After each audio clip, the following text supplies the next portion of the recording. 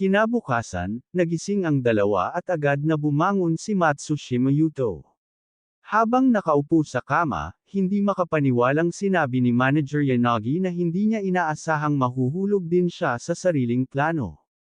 Naiinis pa niyang idinagdag na hindi niya inaasahang magkakaroon ng ganoong kalakas na enerhiya si Matsushima Yuto, lalo na't tumagal ang kanilang pagsasama sa buong gabi.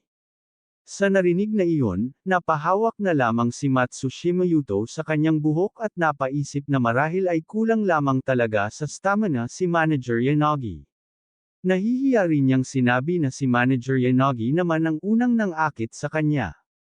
Muli niyang naalala ang mga nangyari noong nakaraang gabi. Habang nakahiga sa kama, mapang-akit na tinukso siya ni Manager Yanagi. Sinabihan siya nito na kung ganun na ba ang itsura ng mga kabataan ngayon.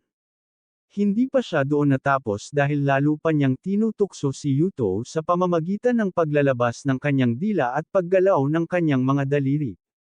Agad din niyang ipinatong ang kanyang mga hita sa hita ni Yuto dahilan upang magwala ang alaga nito.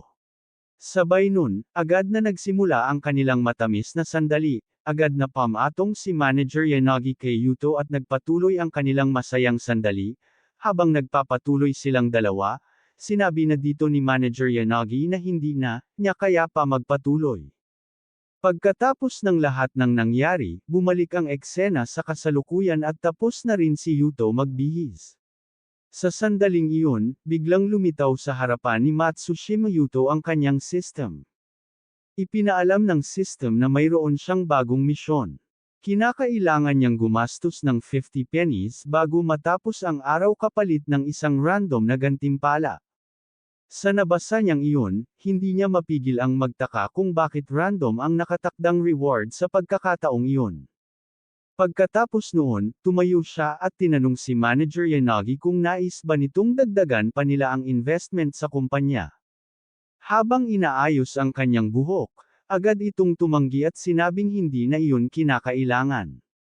Ipinaliwanag niyang maaaring naapektuhan ang kumpanya dahil sa insidente ni Manager Kawai, ngunit mabuti na rin at naalis na nila ang problema sa loob ng organisasyon. Dagdag pa niya na kumpiyansa siyang mabilis nilang maibabalik sa dati ang kumpanya at maiaangat pa ito sa mas mataas na antas, na siyang pinakamagandang paraan upang masaklian ang tiwala ng kanilang mga pangunahing shareholders. Pagkasabi nito, mabilis siyang lumapit kay Matsushima Yuto at binigyan ito ng isang magaan na halik. Ngunit sa sandaling iyon, bigla niyang naramdaman ang pananakit ng kanyang tuhod. Dahil dito, agad niyang sinisi si Matsushima Yuto sa kanyang kalagayan. Agad namang hinawakan ni Matsushima Yuto ang kanyang kamay at iminungkahing magpahinga na lamang siya sa araw na iyon. Ngunit tumanggi si Manager Yanagi at sinabing hindi siya maaaring lumiban dahil mayroon silang mahalagang meeting. Pagkatapos noon, pilit siyang tumayo kahit bahagyang nanghihina pa ang kanyang mga binti at buong kumpiyansang sinabing babangon siya sa sarili niyang kakayahan. Dahil dito, wala nang nagawa si Matsushima Yuto kundi hayaan siya. Pagkaalis ni Manager Yanagi, agad na napahikab si Matsushima Yuto dahil sa antok. Dahil dito, napagpasyahan niyang matulog muna muli. Ngunit bago pa man siya makatulog, biglang tumunog ang kanyang cellphone mula sa kanyang bulsa. Agad niyang sinagot ang tawag at tinanong kung ano ang problema. Sa kabilang linya, agad na sinabi ni Yamaguchi na nasa ospital ang kanyang ina, dahilan upang mabigla si Matsushima Yuto. Makalipas ang ilang sandali, nakarating na si Matsushima Yuto sa Musashi First Hospital. Pagpasok niya sa silid kung saan nakakonfine ang ina ni Yamaguchi, nadatnan niya itong nakahiga habang kasama ang kanyang kaibigan. Habang nanghihina, sinabi ng ina ni Yamaguchi na hindi pa siya kailanman nagkasakit ng ganoon at tila ngayon lamang bumigay ang kanyang katawan dahil sa matagal na pagod. Habang nagbabalat ng mansanas, sinabi ni Matsushima Yuto na marahil ay naipon lamang ang lahat ng pagod nito sa paglipas ng mga taon kaya hindi ito dapat gaanong mag-alala. Pagkatapos noon, humarap siya kay Yamaguchi at ipinaalala na noong sila ay mga estudyante pa, madalas siyang kumain sa bahay ng pamilya nito. Nakangiting sinabi naman ni Yamaguchi na hindi kailanman nagpigil si Matsushima Yuto sa tuwing kumakain ito sa kanilang bahay. Muling humarap si Matsushima Yuto sa ina ni Yamaguchi at iniabot dito ang binalatan niyang mansanas habang hinihikayat itong kumain. Habang pinagmamasdan si Matsushima Yuto, napaisip si Yamaguchi na ang totoo ay nais sana niyang humiram ng pambayad sa gastusin sa ospital. Kasabay nito, inilabas niya ang kanyang cellphone at nabasa ang balita tungkol kay Manager Kawai. Dahil dito, napagtanto niyang tila maraming problema sa kumpanya ni Matsushima Yuto at nagsisimula pa lamang mag-aral sa unibersidad ang nakababatang kapatid nito. Dahil doon, naisip niyang malabong makahingi siya ng tulong dito at kailangan niyang maghanap ng ibang paraan. Sa sandaling iyon, biglang pumasok ang isang nurse kasama ang dalawang lalaki at ipinaalam na naroon na sila para sunduin ang pasyente sa room 42. Agad namang sinabi ng isa sa mga lalaki sa ina ni Yamaguchi na kinakailangan na nitong lumipat ng silid. Nagulat ang ina ni Yamaguchi sa kanyang narinig. Samantala, mabilis na hinaranggan ni Yamaguchi ang dalawang lalaki at nagtatakang tinanong kung ano ang nangyayari. Nagmakaawa pa siya at ipinaalala na nangako siyang mababayaran ang gastusin sa ospital sa loob ng ilang araw, kaya hindi niya maintindihan kung bakit agad silang pinapaalis. Agad namang ipinaliwanag ng nurse na hindi iyon tungkol sa hindi nabayarang bayarin. Sinabi nitong may nagbayad na ng 1 yen para sa kanila ilang sandali pa lamang ang nakalilipas, kaya ililipat na nila ang pasyente sa VIP room. Kasabay nito, iniabot niya ang resibo ng bayad para sa VIP room. Sa narinig na iyon, nanlaki ang mga mata ni Yamaguchi dahil sa laki ng halaga. Hindi siya makapaniwala kaya muli niyang tinanong kung tama ba ang kanyang narinig na 1 yen ang ibinayad. Agad namang kinumpirma ng nurse ang kanyang sinabi at idinagdag na ang lalaking nakatayo sa kanilang harapan ang siyang nagbayad ng halagang iyon.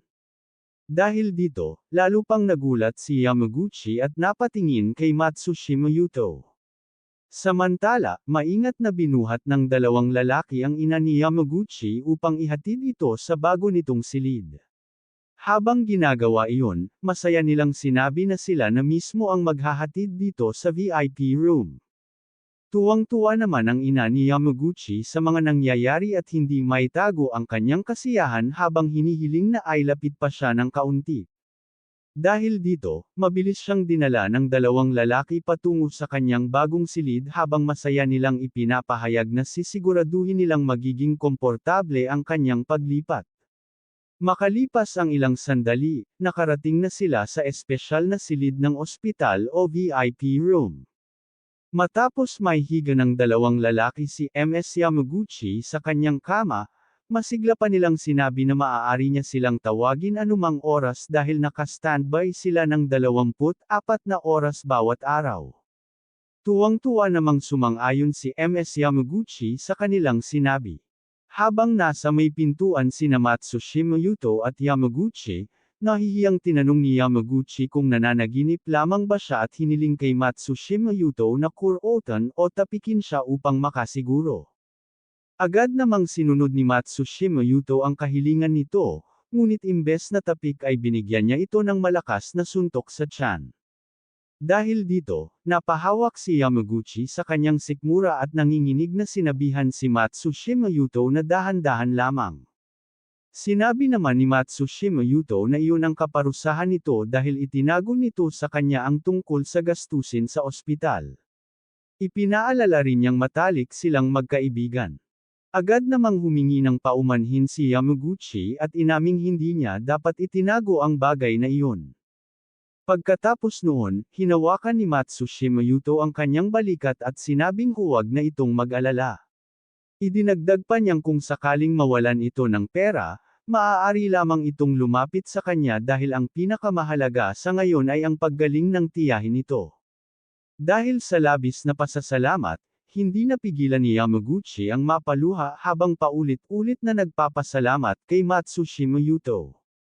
Sa sandaling iyon, muling lumitaw ang system notification ni Matsushima Yuto at ipinaalam na natapos na niya ang kanyang misyon. Bilang gantimpala, nakatanggap siya ng kakayahang tinatawag na, "My eyes are a ruler."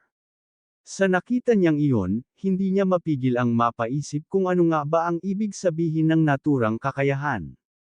Samantala, sa katabing espesyal na silid ng ospital, isang dalaga ang nagtanong sa kanyang ama tungkol sa kalagayan nito habang nagsasalin ng tubig sa isang baso. Matapos ibigay ang tubig, muli niyang tinanong kung nais ba nitong ipatawag ang kanyang nakababatang kapatid. Ang dalagang iyon ay si Yamada Mika, isang estudyante sa Keisei University.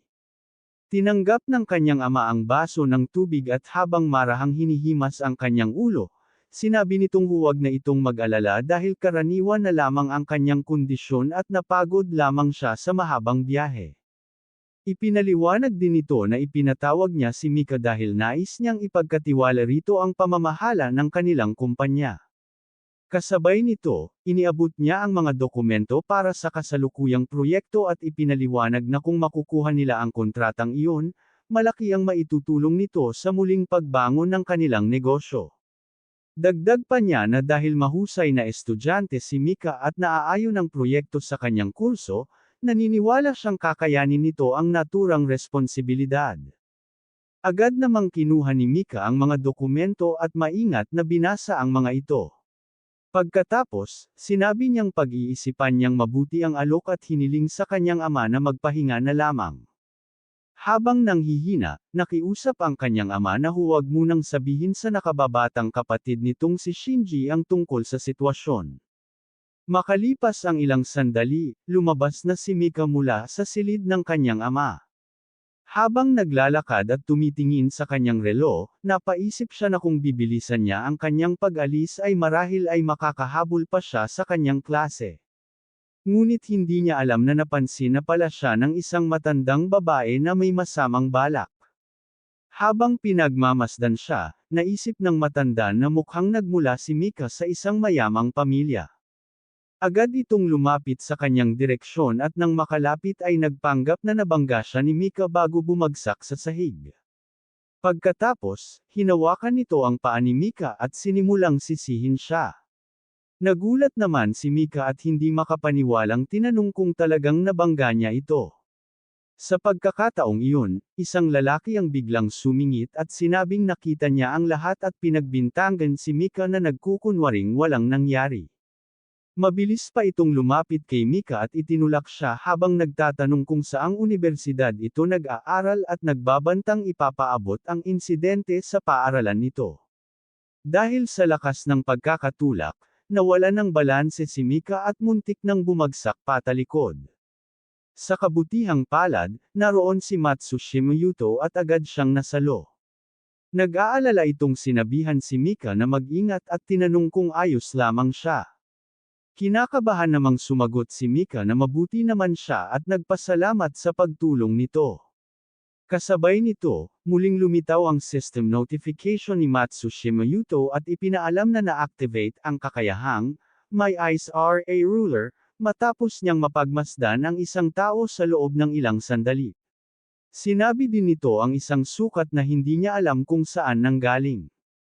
Dahil sa biglaang paglitaw ng notification, hindi mapigilan ni Matsushima Yuto na magtaka at isipin kung may mali ba sa kanyang system o kung mayroon pa itong mga kakayahang hindi niya lubos na nauunawaan.